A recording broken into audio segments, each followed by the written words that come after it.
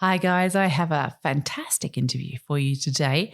I am with Darren Vaux. Yes, I know the surname is very similar to mine, isn't it? Yes.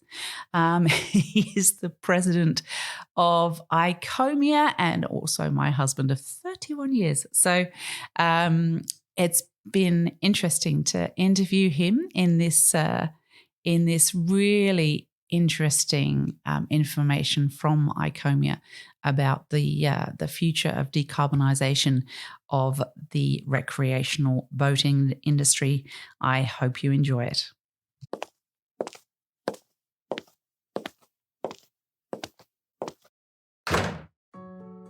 Hi, and welcome to the Boat Princess podcast. My name is Nikki Vaux, and I'm your host. I am a boat owner, a marina owner, a director on the Marina Industries Association, and a huge advocate for boating. In this series, I'm sharing the stories from every nook of the boating industry with the intention of encouraging more women to join me and for more women to get behind the helm too. I want to share the experience and opportunities of boating, of the boating industry, and I want you to join me as I bring the conversations and answer all the questions you've had. Boating is not just for the glamorous and rich and famous. It's full of beautiful and interesting people making the most of our natural environment and getting out there, enjoying the waterways. So let's set off the lines, take over the helm, and escape to the world of boating.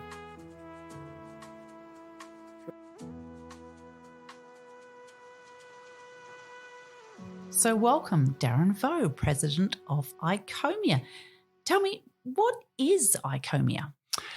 Well, it's a great pleasure to be here. So ICOMIA stands for the International Council of Marine Industry Associations. So we're the global peak body for the recreational marine industry.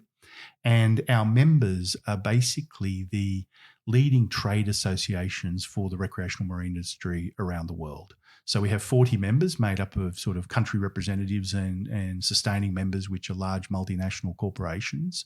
But we are effectively the voice of the recreational marine industry.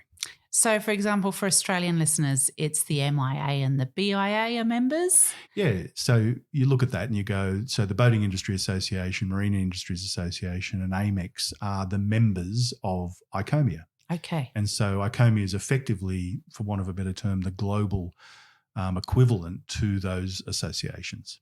So those associations are representing their members in their countries, and then ICOMIA is over the top of those associations. Yeah, so we deal with fundamentally all the international issues. So as an example, there's 147 ISO standards that affect the recreational marine industry. So ICOMIA represents the global industry on those. But one of the main things we do is actually bring all of our members together to enable them to collaborate so that we can share our intellectual property from around the world, share our challenges and work together to actually take our industry forward. And I think that's one of our main goals, is to provide a platform for people to collaborate.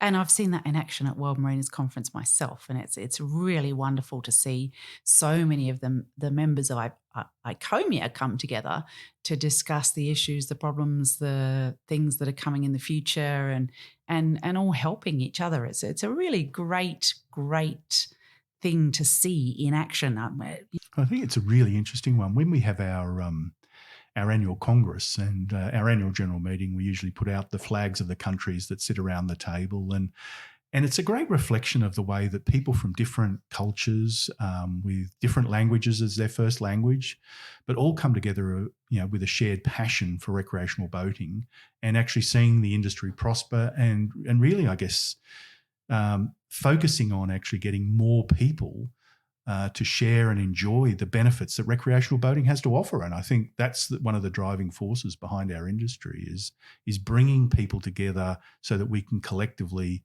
get more people into boating. So I know as an Australian, that we look to the MIA, the BIA and AMEX, and we know they do a whole bunch of different things, but there's a lot of things going on there sometimes that we don't necessarily know about as an industry. If they're not doing their job, then our job as an industry gets harder.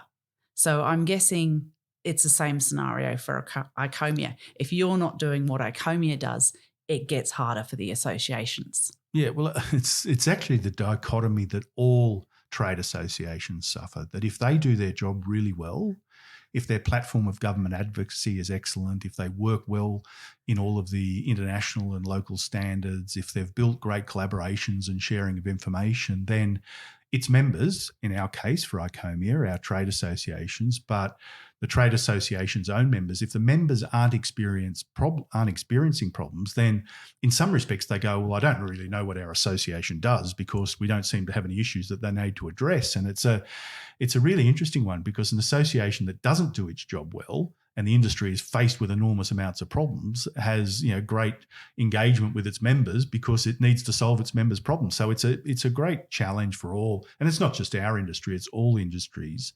And I guess part of it is that we need to have really good communication so our members do understand all the work that we're doing for them, behind the scenes in a lot of respects. And, because there's an extraordinary amount of work that goes on. And I guess even just the projects that we do and all those sorts of things are so important for our industry, because we're not just looking for today, we're looking to the future. And that's part of our remit, is to ensure that we set our industry up for a prosperous future. And that's what we're here to talk about today, the future, because the boating industry has a big challenge ahead with the environmental impact that we have on the world. The environment that we enjoy, the ocean, is incredibly important to our lifestyle. So we need to make sure that we are doing things to take care of that. So I know ICOMIA has taken the lead, if you like, and said, okay, we need to be careful that we as an industry take the lead on this and find out what we need to do. So you've conducted a massive study, haven't you? Tell me about that. Yeah, so I guess the first thing that's important is that ICOMIA and our trade associations around the world, our priority in relation to environmental sustainability is not new. It's something that we've literally been working on for decades, and it's predicated on the basis that our industry success is actually based on being able to operate within a pristine environment. So whether our industrial processes have impact on the environment or whether our recreational boaters have an impact on the environment, it's all about us looking at it and saying, what do we do to improve that sustainability? Now, a very hot topic at the moment, of course, is decarbonisation. In fact, as we speak today in early December, COP28 is going on in Dubai.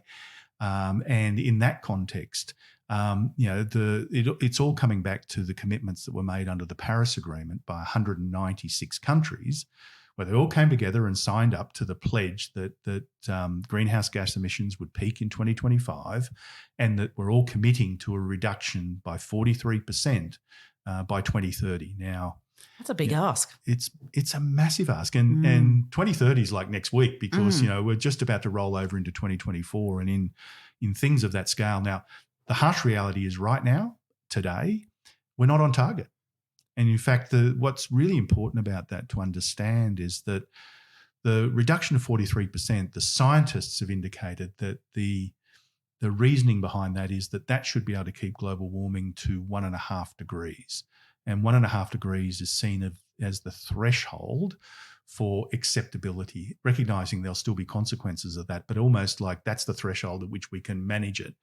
We're not there. And I think the latest figures that I saw is that they're predicting 1.8, and there's great uncertainty about what that means. So the reality of it is if we're not there and governments are committing to it, well, the only thing that governments and regulators and policymakers have at their disposal is to impose restrictions on the community or on industry to force them to do it. And so that's the platform upon which ICOMIA has embarked on this comprehensive decarbonisation study. So that I guess policymakers can make an informed decision as opposed to let's just do this and that might work. Yeah. Well, and you're absolutely right, because one of the biggest issues is people make decisions based on the information available to them. And the reality is in this space, surprisingly, is there's a significant information void. And so we've taken the initiative to do, and this project's been going on for at least 2 years, but to actually undertake the most comprehensive decarbonisation study, certainly of the recreational marine industry, but in a lot of respects, I think more comprehensive than are done in a lot of industries, because this framework is a full life cycle assessment. So that means that we're looking at effectively the cradle to grave. So in terms of the products that we produce, right from their inception, the materials from where they come from, the mines, the wells, and all those sorts of things, right through its entire manufacturing phase, right through its operating phase, right up until its end of life processes. So that's the sort of term cradle to grave. And I guess another one we use is well to wake. In other words, in terms of the manufacturing phase, is looking at and go, the materials and energies, for instance, right out of the well, right out of the ground, right out of the source that it comes from, to the point that the propulsion delivers wake and moves the boat forward. So our focus is on the propulsion system more so than the vessels themselves, but it's looking at a whole range of different propulsion systems and comparing them right down in terms of the embodied carbon in all aspects of the use of the craft through its entire life.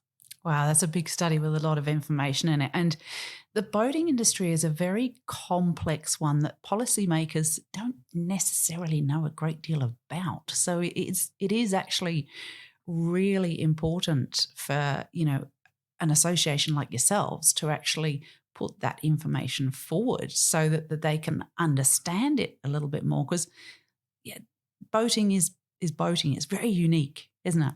Yeah, and I think there's a couple of aspects to it. One is that we need to undertake this report in a way that policymakers could rely on it, that the data integrity was absolutely, it had the full credibility. And I guess part of that is that we're a trade association, so therefore, and it's been funded by ICOMIA.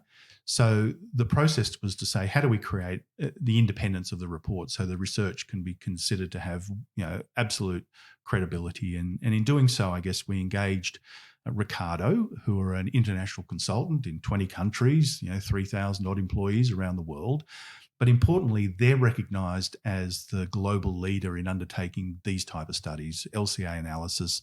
They do it across a whole range of different industries as well, whether it's defence or aeronautics or transport or water or finance and all of those sorts of elements. But more importantly, they are seen by governments and policymakers as a credible group who actually understand those particular aspects. And so to me, I think that was such an important part. But even beyond that, we had it peer reviewed by 3 independent parties, 2 of them doing the technical review and the third one as a devil's advocate review. In other words, to look at all the conclusions that were put forward and to challenge them. And I think we're very happy. It's a 558-page report. It's a very data-heavy exercise, but the reality of it is that it is an absolute comprehensive study that people can take, the data from, understand it, look at it, and then, more importantly and most importantly, industry and policymakers alike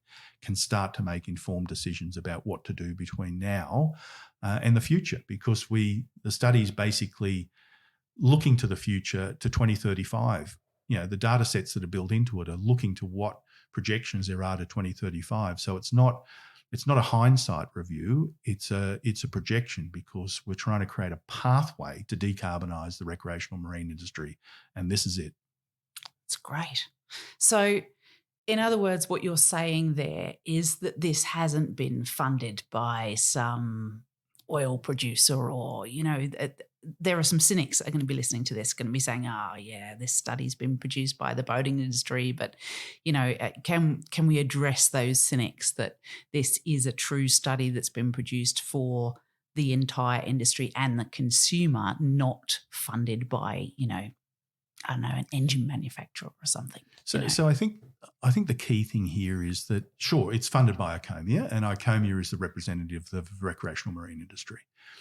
But we recognise that in doing so, we've needed to engage Ricardo and outline the things that I said before about doing, having it done independently, prepared, having it peer reviewed, having it analysed so that it does stand alone. And I think it is a really key issue, and I think that that's the important thing. It's not a study that we've done ourselves. Yep. It's the Ricardo study, and they've been engaged to actually perform it. And I think that's that's as strong as it can be in terms of addressing that issue. Yeah, because it's not in the boating industry's interest. They've done it as a completely independent study, as an engaged and very well recognised party in doing that. They have to maintain their reputation very strongly, don't they? So that's really, really important for those that may, be a little bit judgmental of that process. Yeah. Now, what about other areas of LCA decarbonisation? Well, let's talk about the actual decarbonisation study at this point first. What in that study has been done to find the results? What did they put together? Yeah. So I guess the first thing is, what's the scope? Yeah. Yeah. So the scope of it was orientated towards trying to identify the most representative set of recreational craft and the most representative set of propulsion alternatives. Now, I think the important thing is to start with is that this is about recreational craft. It's and essentially vessels under 24 metres. Okay, so super yachts are out of the picture. Yeah, so super yachts have got a completely different usage profile to typical recreational craft. And I think there is the potential for that to be a logical extension of this report as a phase 2, but this report specifically addresses vessels under 24 metres. And in fact, the largest vessel that was considered in the study was 19 metres. So the way that we did it was we had 9 different craft types. So if we look at what those craft types were, we had things like an inflatable boat, a runaround boat, a runabout, a fishing boat, a PWC, a pontoon boat, displacement motorboat, an inland waterways vessel, a high-performance motor yacht, and a sailing yacht. Okay. So, and the reason those particular craft were selected is that they're representative of the vast majority of vessels that are currently sold in the marketplace, but more importantly, in some respects, because of scale, they're also very reflective of the existing fleet. Okay. And I think that that's what needs to be taken into account. Even though this particular study is talking about new vessels, we need to be cognizant of the scale of the existing fleet, which we can then sort of talk about when we look at the results, what that actually means in that regard. So then when we take those 9 vessel types, we've then got 5 different alternatives for propulsion. One is the baseline, and that is fossil fuels used in ICEs, internal combustion engines. We then have sustainable, what's called drop-in fuels. So they are fuels that are made from waste feedstocks, cooking oils, various other things. So they're made from non-fossil fuels, but they are effectively can be put into the existing engines as they exist. So that's why they're called drop-in, because you can literally put them in the tank? You can just put them in. Okay. The other one then is to look at hybrid electric using sustainable fuels on the hybrid ICE stage, full battery electric, and then we've looked at hydrogen, but hydrogen used in 2 ways.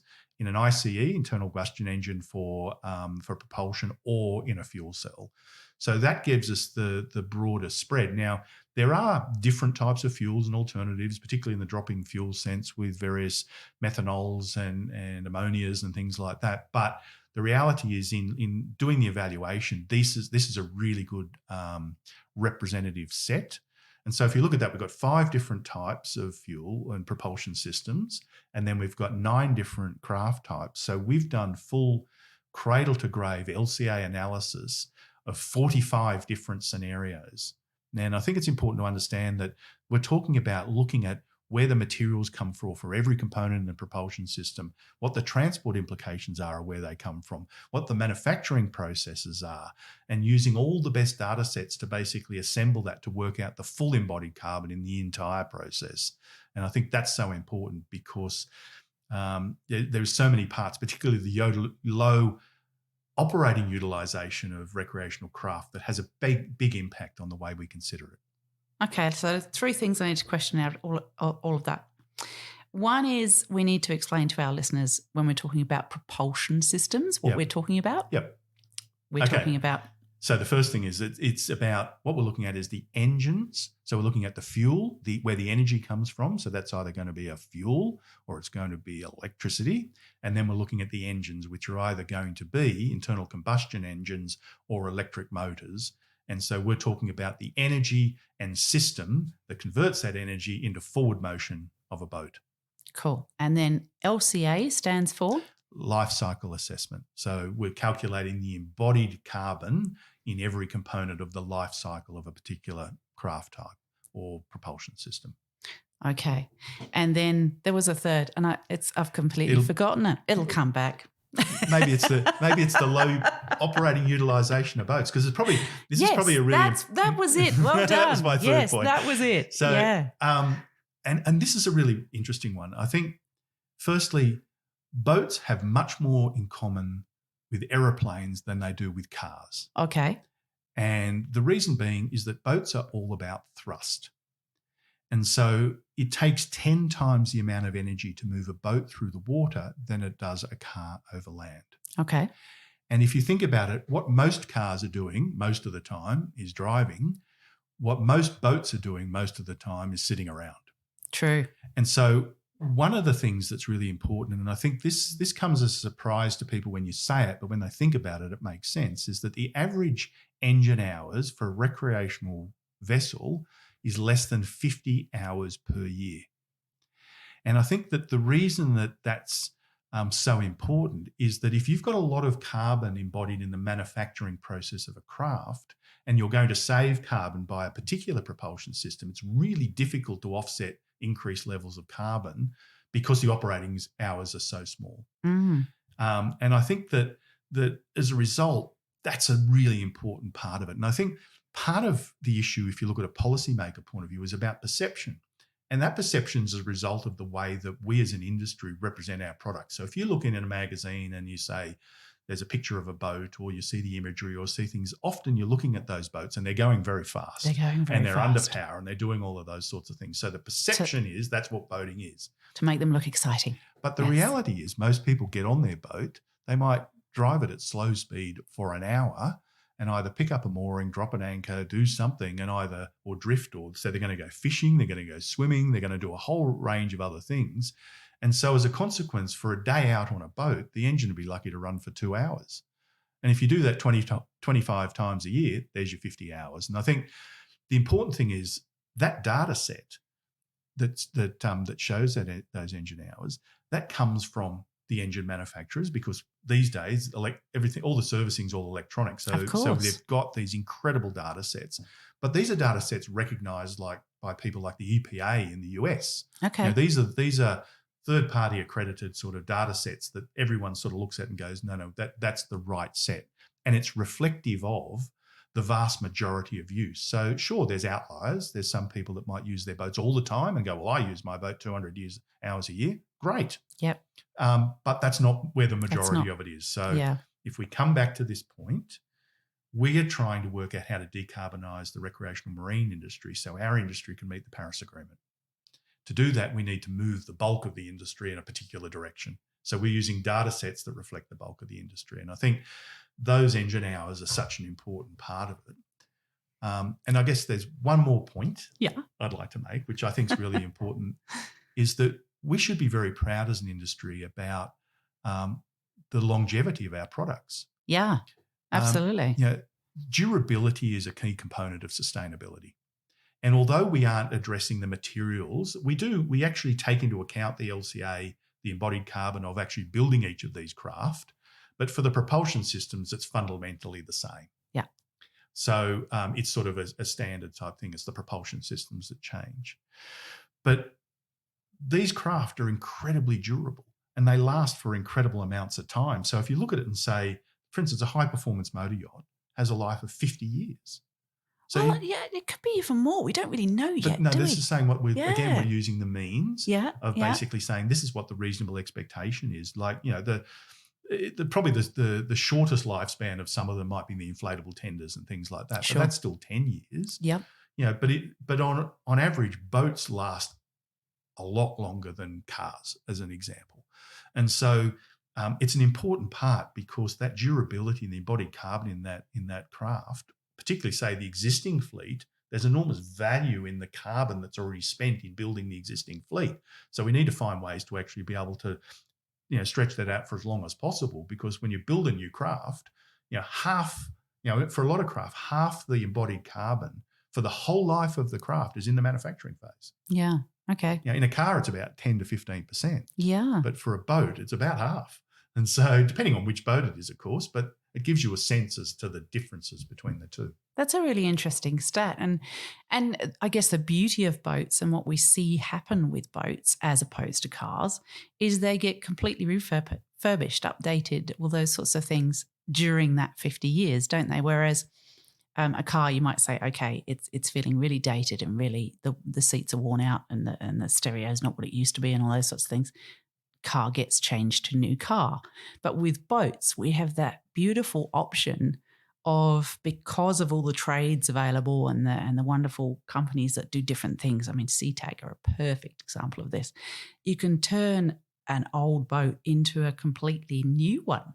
But often the engines and the hull, which is where most of the carbon was spent in its build, are still left in place, aren't they? Absolutely. And I think that's it's a key element of it. I think, and that's one of the challenge with emerging technologies, for instance, because some of those emerging technologies don't have lives that match the length of the craft. Battery technology, for instance, is a classic example that really the current technologies, emerging technologies, are indicating that the life is around 10, maybe 15 years at a push, but they start to reduce performance. So if you've got to then start replacing those through the course and the life of a boat, then it has carbon consequences. And so all of those types of things, when you do a full LCA analysis, cradle to grave, you have to take into account all of that those elements. You have to look at the life of each of the materials and allow for replacement during the life of the craft as well. So.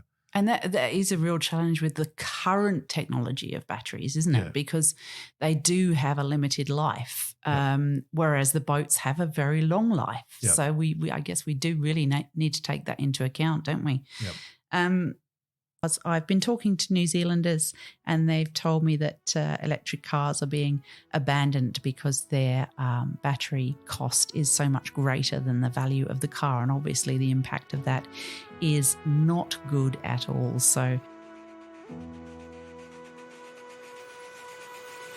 before we continue that amazing interview with our current guest, a little interlude from us here at The Boat Princess. If you'd like to be a guest on The Boat Princess, simply send us an expression of interest to our email at info@theboatprincess.com or send us a DM on Instagram. We are The Boat Princess on Instagram, and we'll send you our media kit and details as to how we work. The podcast is incredibly popular worldwide, and there is nothing like getting 45 minutes or so of somebody's ears entirely dedicated to what you're trying to achieve, or perhaps what your company is trying to achieve. So we look forward to hearing from you. You've looked at the LCA. Is there any other areas of decarbonisation you've looked at on in this study? So I guess one of the things when we've evaluated all of the different propulsion types is that we've then got to look and to say, can you actually do a proper apples for apples comparison, using that sort of colloquialism, but can you actually do a full comparison? One of the challenges is you can't. And the reason being is, just as an example, the difference between the energy density of a battery or the energy density of compressed hydrogen is substantially less than the energy density of either of liquid fuels. Now, whether that's a fossil fuel or whether it's a sustainable fuel, there's such a dramatic difference between the two. To give just as an example, in round terms, a lithium-ion battery has 1/30th of the energy density, of diesel. Wow. Okay. And so in now, electric propulsion is more efficient in taking stored energy in a battery and converting it into forward propulsion by, maybe 300%, but you still need 10 to 11 times. If you want to get the same range and performance, you'd need 10 to 11 times the volume of liquid fuel that you're storing on your boat in batteries. Oh, which with boats, you can't do it. Big issue. So sinking type stuff. Yeah. So I think that one of the things, and this is one of the exercises that Ricardo had to go through, is that they then needed to evaluate what is a sensible comparison. And in essence, because you can't, the boat has to have a functional area, it has to have all of these type of things. So on the smaller craft, we ended up with range and performance of about 20% of the fossil fuel equivalent. On the high performance motor yacht, it was only 10%.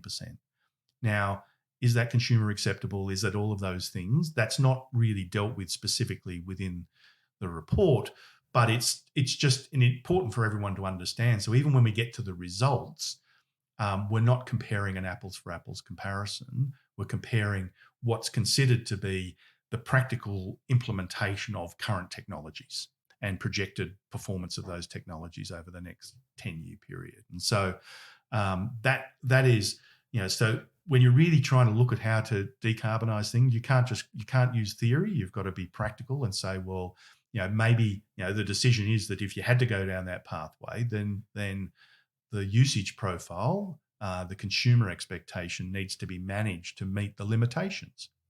And the other part that we looked at was to go, you can't, this is recreational boating. It's a discretional activity. You can't ignore the cost consequences either.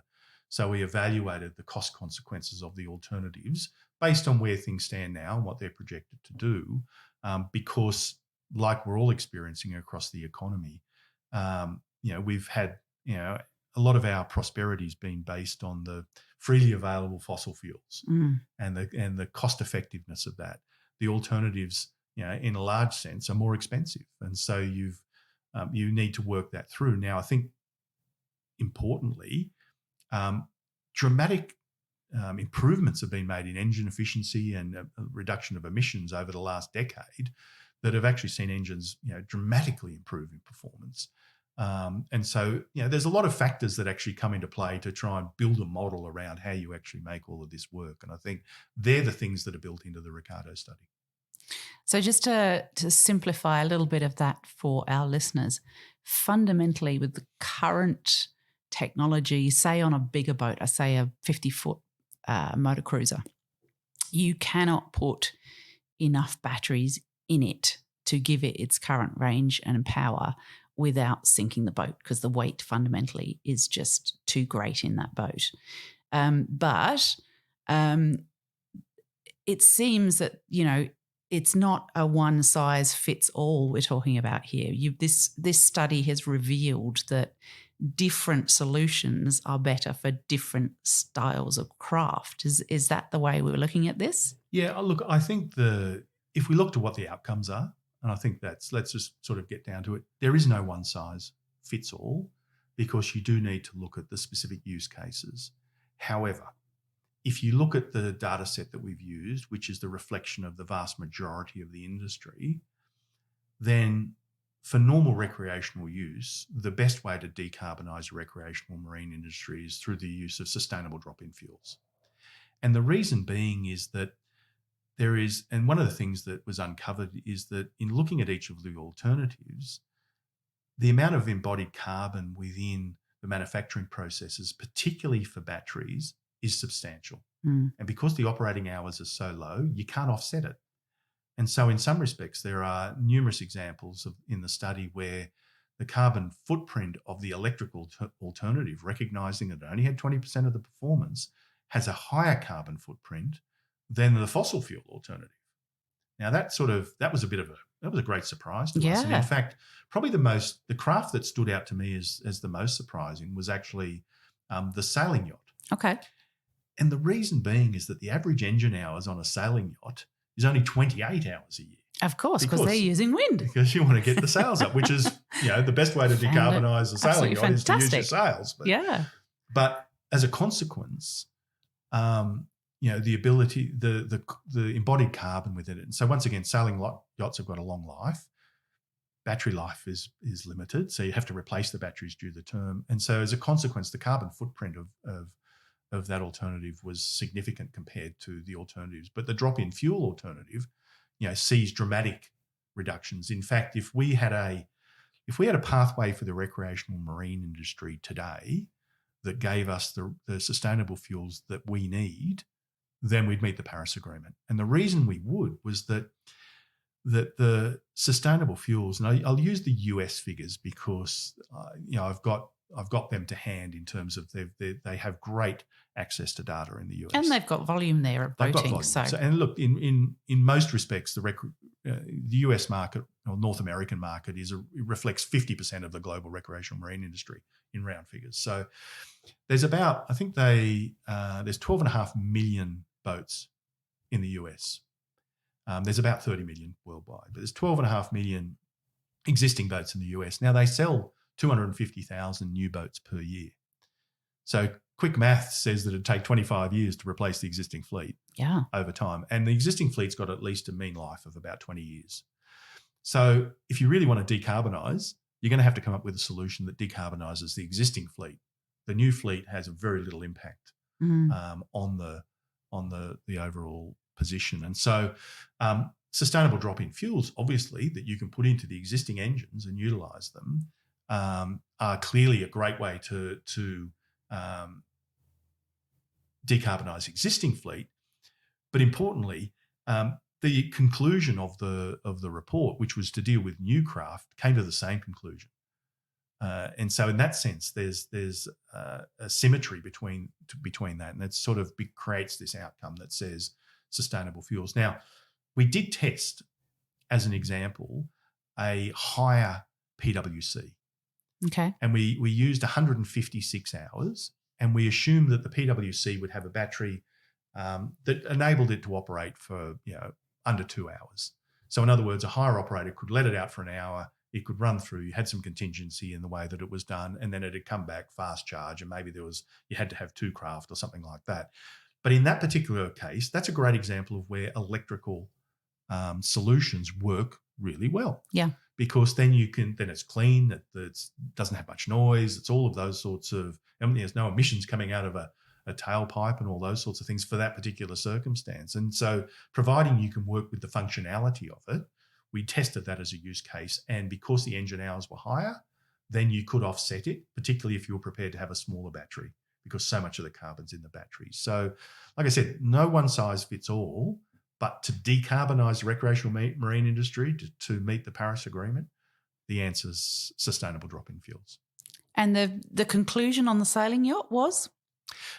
Same thing, sustainable drop-in fuel. Yeah, even for a sailing yacht. Even for a sailing yacht, because the carbon footprint of the electric alternative over an LCA analysis, cradle to grave, was greater than the alternatives. And so, the sustainable fuels really step forward as the solution to those issues.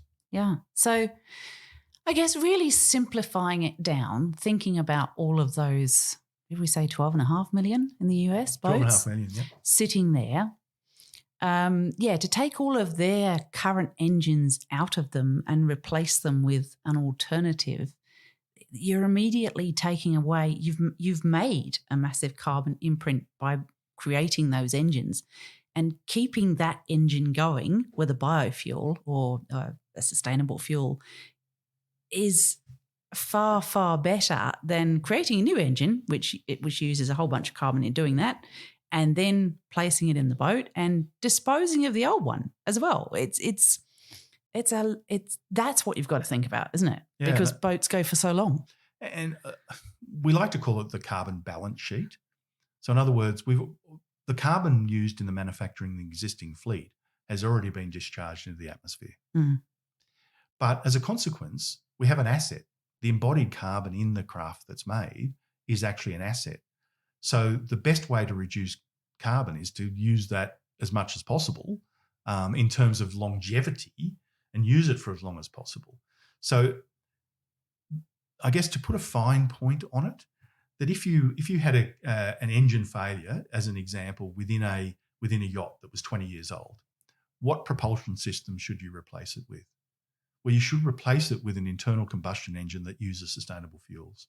See, that's really fascinating. I know, it's a surprise, but that is because the carbon footprint of making that particular type of engine, unless there's unless there's a moonshot, someone all of a sudden invents a battery that's got massive energy density and a life of 30 years, Yeah. then, everything changes and Of you'd have course. to redo it, right? Yeah. But based on the technology that exists today Yeah. and what Ricardo, as an expert consultant, projects the technology to be over the next 10 odd years, then, the conclusion of the report is that sustainable fuels used through internal combustion engines for the vast majority of the fleet is the solution. Now, this isn't about trying to stifle innovation in all sorts of different areas, because, for instance, if you look at, there may be use cases where electrical alternatives are the preference for other reasons. Yep. For instance, that it might be about noise, or it might be operating in an environment where you're going, well, we don't want any form of emissions out of tailpipes and things like that. But I think the important issue about this is that when you do an LCA analysis, it's all very well to say, well, during the operating phase, we're not making any emissions. But when you look at the supply chain, when you look at where the electricity is coming from, where you look at how the trucks and ships and various other things that move these materials around the world, where all the carbon emissions are in that regard, then you're going, well, LCA forces a degree of brutal honesty in what the carbon emissions are over an entire lifetime. Yeah. And I think that it's very easy to sort of look at one piece and go, well, this piece is really good, but it's, in the recreational boating sense, it's how did we get there and what are the consequences of actually manufacturing the product is probably the most important thing. So I think there's also I think we should actually talk about as well, which is an issue that's now occurring in cars that have had electrical engines put in them, that there does come a point where the car is only worth X value, but the replacement batteries are a lot more than that. So that same thing is going to happen in boats at some point as well, especially yachts, because yachts can go on for a very long time and their value is not necessarily as high as a motor yacht because of the engines, funnily enough, because a lot of the expense in a motor yacht is the motors. So that's an honesty conversation as well too, isn't it? That there is, again, with current technology, there is that issue that cars are being, I've heard from New Zealanders that Toyota Leafs are being abandoned in New Zealand because they've got to a value that is lower than the replacement batteries, which is, that's a terrible situation for us to be in, isn't it? Well, the LCA carbon footprint of that would be extremely poor. And I think it's a really interesting one because electric cars, for instance, providing that you are doing a lot of miles and that the source of the electricity that you're using, if you're being able to charge it from home and you've got solar panels and all of those sorts of things, and you're using it for a lot of miles, then there's a, high probability that you will offset the carbon footprint of the manufacturing process and that it'll be a great solution. But if you're not using the car very often and the electricity that's actually powering it is from coal-fired power stations. Well, yeah. And then, because don't forget, I think one of the interesting things is that the batteries in a car and batteries generally, the technology is that they have a certain life, which is a reflection of the number of charging cycles, but it's also, it's not just that, it's also they have a certain life. And so even an underutilized car, the battery will deteriorate over time.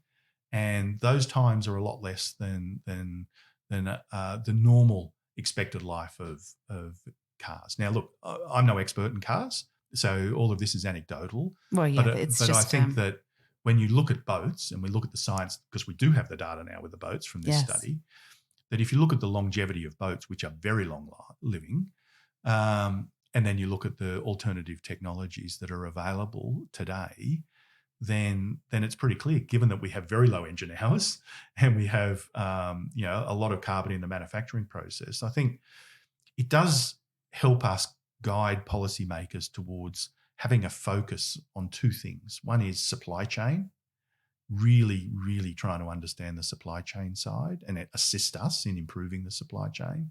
And the second thing is help us build a pathway to sustainable fuels. And I guess I may be a bit naive in saying this, but biofuels, presumably a lot more countries can produce that. I mean, obviously, fossil fuels only come from certain areas and then they're transported to other countries to use them. So is that the case? Can biofuels be produced by many more countries? They can, and I think there's a number of important parts to it. There's actually a certain maturity in the manufacturing and development of these fuels in the US. Again, you can actually buy sustainable fuels at some marinas in the US today. How awesome is that? And when I say sustainable fuels, there's e-gasolines, made from waste feedstocks or cooking oils or various other things, and I'll talk about that in a little bit. But there's also e-gasolines that are being developed, which are orientated towards running the equivalent of petrol type engines versus diesel. So the technology to develop these fuels is there. We know how to do it.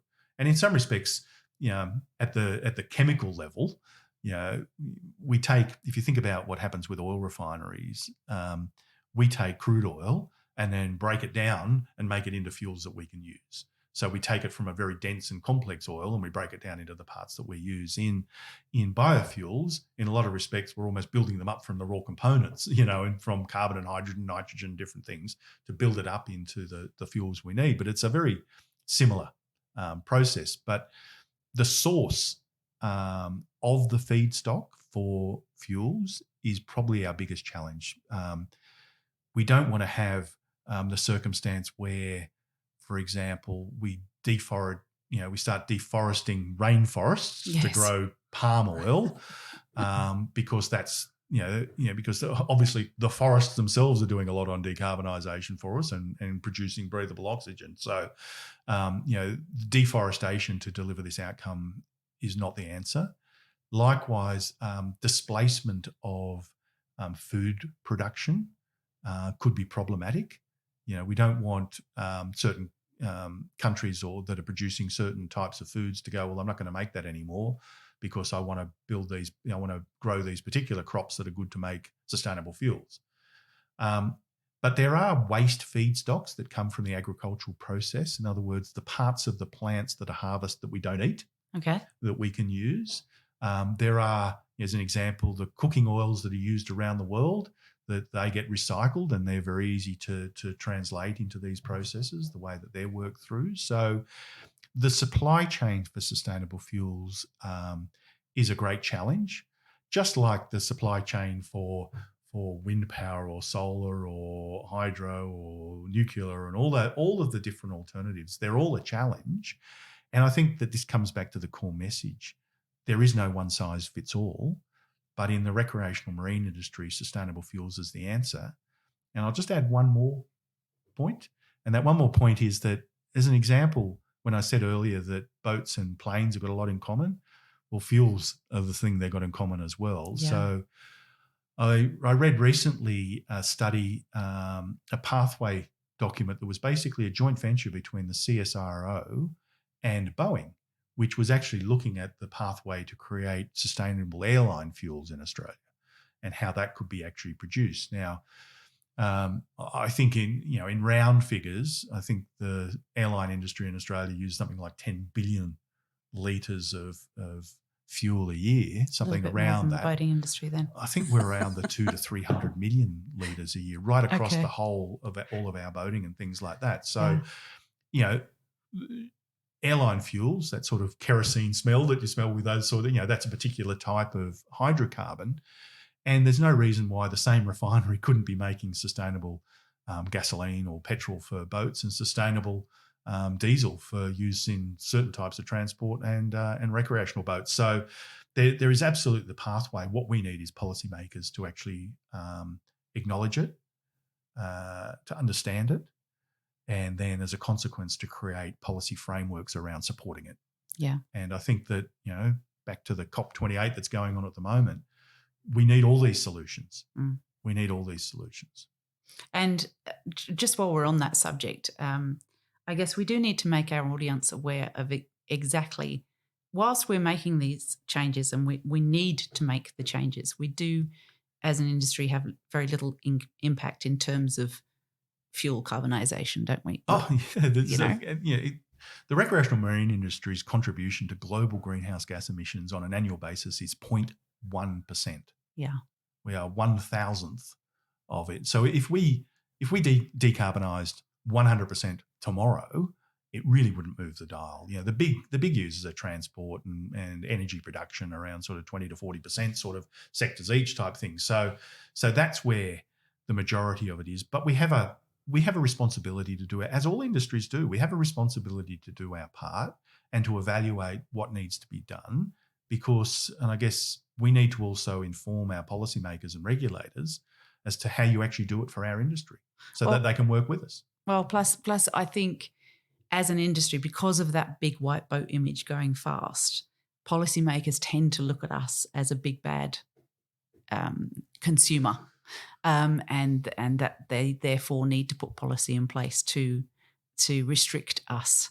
That's why we need to also, as an industry, step forward and give them information to show them what we actually do and what would actually make a difference. Yeah. So I think you raised a really important point, because I don't think there is that perception about what boating is we talked about before, but I don't see boating as discretional, because I think that the reason being is that, and we saw it during COVID, is that when the future was uncertain, when everyone's lives and businesses and jobs were at risk, people gravitated towards the water, they gravitated towards boating, they gravitated towards outdoor activities. And I think this comes back to, I guess, this fundamental principle that we always talk about, is that boating enriches people's lives, that being in, on or around water fundamentally changes human beings. It gives you a sense of well-being, it reduces your cortisol, it increases your serotonin. That great book by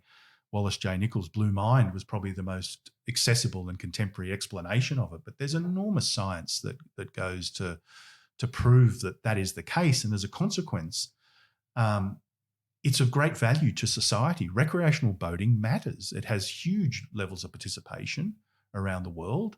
It transcends age. It transcends culture. It's extraordinarily popular activity. Hundreds and hundreds of millions of people around the world engage in recreational boating. So as a consequence, we need to fight for it. We need to fight and defend our industry and its participation. We need to share this wonderful lifestyle with other people. And as a consequence, the decarbonisation approach, we've taken this because we see it as a regulatory vulnerability of our industry, where decisions are made based on inadequate information. Well, there's no excuse now. There is no excuse. We have the answers, we have the science, we have the research, and we know what needs to be done. So we need to get that message out, and we need to talk to as many people as possible, both in industry, but also the regulators and policymakers and the consumers, to inform them. And I guess this is the first step. We've done this massive study. It's been a huge undertaking across the globe, but it sets the framework for us to move forward. And this, like I said, it's just the beginning. There's an enormous amount of work to be done going forward in the next stages of this project. And when you're saying all that, I was thinking, the impact of a family of 4 going out on their boat for a week that's based in Sydney, and they might take it up to Palm Beach for the week, and they might hang out at Refuge Bay or somewhere like that for a week. Their impact on the environment in doing that, as opposed to flying somewhere overseas, is so little. So it's actually really important that we keep boating available to people, because we all know going on a boat for a week can feel like you've been somewhere else for 2 weeks, because of that time lapse that seems to occur on boats, which is the whole Blue Mind concept. But it's actually really important that we keep boating available to as many people as possible, because, like you say, it changes their lives. It makes them feel so good, and we don't want to lose that. I think we've had enough impact on our mental well-being with COVID-19. We don't want to take away boating as well. That would be tragic, wouldn't it? Oh, and look, it's It's unfathomable. It just can't. It can't happen. It won't happen. We will, because we have to. We have to ensure that access to these wonderful waterways are protected for a whole range of different people. It's from paddleboards to super yachts. That's from the sort of range of things we're doing. But I guess the other thing that I think is important as part of this is that this study isn't one dimensional. It identifies a whole range of different, because there's so much data in it, there's so many ways that you can look at it. And I guess the emerging use types, for instance, like syndicated ownership, like clubs like Freedom Boat Club and those sorts of ways of going boating where multiple people can get access to a single vessel. Well, again, that's providing a pathway for people to get into recreational boating, but at the same time, you're dividing the carbon footprint of the product itself by the number of people that are actually using it. So whether it's syndication or clubs or charter or those sorts of elements, the greater utilisation of the craft is also another way to decarbonise the industry, because your per capita carbon footprint is reduced. And so all of these processes form part of this pathway, as does elements outside the scope of the study, for instance, hull efficiencies, so material choices, foiling alternatives for fast craft. That's all very exciting technology, isn't it? Foiling. It is, and I think that the efficiencies that can be gained from foiling, but again, foiling is about going a bit faster, right? So if you want to go faster, foiling technologies provide you a very efficient way to reduce the friction. As I said before, that 10 times the amount of, to push a boat through the water requires a lot of energy. To get it up on the foils and get it, once it's up on the foils, it's very efficient through the water. So there's a whole range of different things that form the bigger sustainability picture. But this decarbonisation study was about addressing, I guess, a very large issue that the world is facing. In other words, how do we arrest and reduce the amount of carbon going into the atmosphere to be able to minimise and reverse, ideally, climate change. Yeah, which is why so important it's done by somebody like ICOMIA that brings so many different people together, because it's all industry people that can come up with all of those different solutions to assist the whole process, isn't it? Well, the benefit that we've got is that we have access to the best technologies from around the world, that we have from the best experts from around the world, and this is what ICOMIA is about. It's about collaboration. It's about bringing the brightest minds in our industry together with the appropriate resources to actually deliver an outcome, because this is operating, this study is of a scale that would be extremely difficult for any one marine industry association to undertake in their own right. And given that the supply chains for our industry and most industries are truly global, that you actually need to access the data sets from all over the world to be able to produce a study of this type. So in that regard, you can really only do it as a global study for it to be genuinely meaningful to actually reduce carbon. And so I think that's one of the major benefits of what we've been able to achieve. So I guess to conclude on a couple of things, with the current boat owners, can we talk to them specifically about a couple of things they can do to make a difference almost immediately? Sure. So I think, like all things, it's about, if you want your boat to be efficient, so, reducing your carbon footprint in a lot of sense is always about efficiency. So maintain your boat, maintain your engines, keep your hull clean. That's going to improve your fuel efficiency, as a consequence going to reduce your carbon footprint. It's also thinking about what you're doing. In a lot of sense, boating's about getting out and recreating with friends. So if you're just going out for a cruise to go somewhere to go for a swim, then you don't need to particularly go fast. Just take your time, because you'll save some money, which is particularly good. But at the same time, you reduce your carbon footprint. But, there are other things where if you're doing tow sports, all those sorts of things, then again, it's just keeping your boat as efficient as possible to make it as effective as possible. The industry more broadly will be focusing on these pathways for sustainable fuels.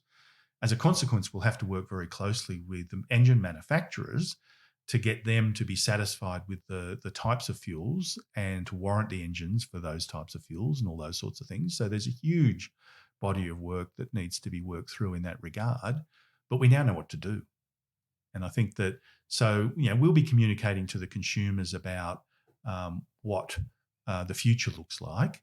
We'll also be we'll be communicating to the industry. So for marinas, for instance, they can take, I guess, some comfort in the reality that the existing infrastructure that they have for the storage and dispensing of liquid fuels will be suitable for the future. So, that scenario is that if you've got to replace a fuel tank, well, it's worth replacing because it's not going to be redundant in 5 or 10 years' time. And I think those sorts of key messages are part of the work that that we're progressing with right now.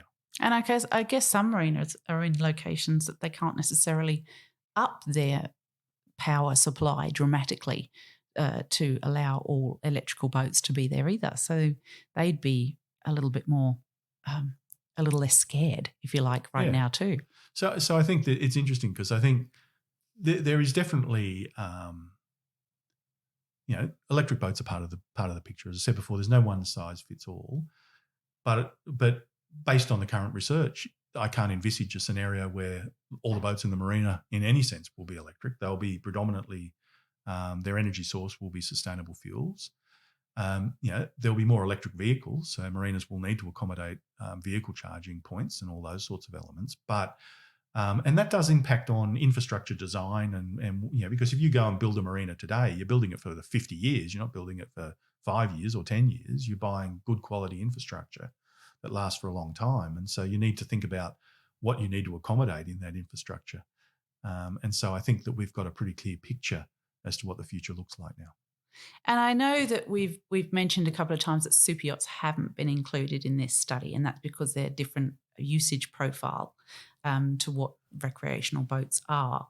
Obviously, they can use this information for their toys and their smaller boats and their tenders and all that sort of thing, can't they? Absolutely. But in terms of the future of ICOMIA, is ICOMIA wanting to do more studies in, for example, taking in that space, or what's the future there? So we're looking to work with the broader industry, and there's been a lot of work done by the super yacht sector themselves in this particular area. And just to give you an example, most super yachts have engine hours more than 1,000 hours a year, as an example, and things like that. So it's a different usage profile, and it, depending on the scale of them as to whether they're closer to recreational boats or closer to ships, depending on how big they are, of course, they can look at different technologies. And so we actually see that there is an opportunity to expand as another stage into vessels above 24 metres, certainly as a study.